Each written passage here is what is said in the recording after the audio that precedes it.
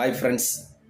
ரொம்ப மன உளைச்சலோட, ரொம்ப மன வேதனையோட உங்கள்கிட்ட இன்னைக்கு பகிர்ந்துக்கிற இந்த தகவலை, கோயம்புத்தூரில் இருக்கக்கூடிய சிறுமி 10 வயது சிறுமிக்கு பெரிய பாலியல் வன்கொடுமைக்கு ஆளாக்கப்பட்டு கிணற்றில் தூக்கி வீசப்பட்டு இன்று அவர்களது குடும்பமே கண்ணீரில் தத்தளித்து கொண்டிருக்கின்ற வேளையில் இந்த பதிவு நாம் வெளியிடுகிறோம்.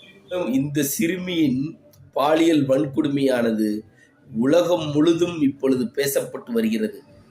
அண்ணன் முதல்வர் விஜய் அவர்கள் பதவியேற்ற பின் நடக்கக்கூடிய முதல் கொடுமையான செயல் இதுவே.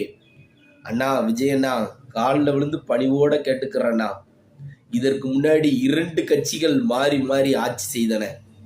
கடுமையான தண்டனைகள் கொடுக்கப்படவில்லை. தயவு செய்து உங்கள் ஆட்சியில் கடுமையான தண்டனையை கொடுத்து இனிமேல் தமிழகத்திலேயே இந்த மாதிரி கொடுமையான செயல் நடக்கக்கூடாது என்பதை உறுதியோடு சொல்லுங்கள் அண்ணா விஜயண்ணா.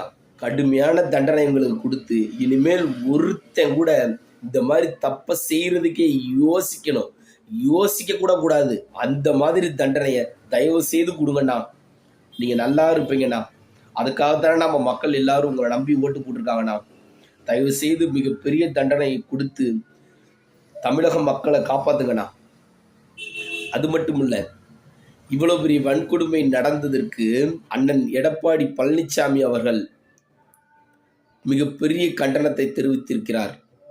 அது மட்டுமல்ல, எஸ்பி வேலுமணி அண்ணன் அவர்கள் மிகப்பெரிய கண்டனத்தை பதிவு செய்திருக்கிறார். அது மட்டுமல்ல, நம் அண்ணன் உதயநிதி ஸ்டாலின் அவர்கள் மிகப்பெரிய கண்டனத்தை பதிவு செய்திருக்கிறார். அண்ணன் சீமான் அவர்கள் மிகப்பெரிய கண்டனத்தை பதிவு செய்திருக்கிறார். நம் முதல்வர் அண்ணன் விஜய் அவர்கள் கடும் கண்டனத்தையும் கடும் கோபத்தையும் வெளிப்படுத்தியிருக்காங்க. கடும் கண்டனத்தையும் ஆழ்ந்த இரக்கத்தையும் மிகப்பெரிய வன்கொடுமைக்கு ஆளாக்கப்பட்ட சிறுமியின் உறவினர்களுக்கும் தாய் தகப்பனுக்கும் பணிவான ஆழ்ந்த இரங்கலை தெரிவித்துக் கொள்கிறேன் என்பது மட்டுமல்ல, மிகப்பெரிய தண்டனையை அவர்களுக்கு கொடுப்போம் என்று உறுதியளித்திருக்கிறார் நம் முதல்வர் அவர்கள்.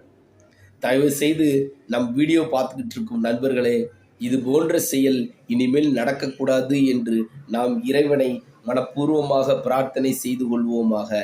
ஓகே ஃப்ரெண்ட்ஸ், மற்றொரு காணொளியில் சந்திப்போம். உங்களிடமிருந்து நான். நன்றி.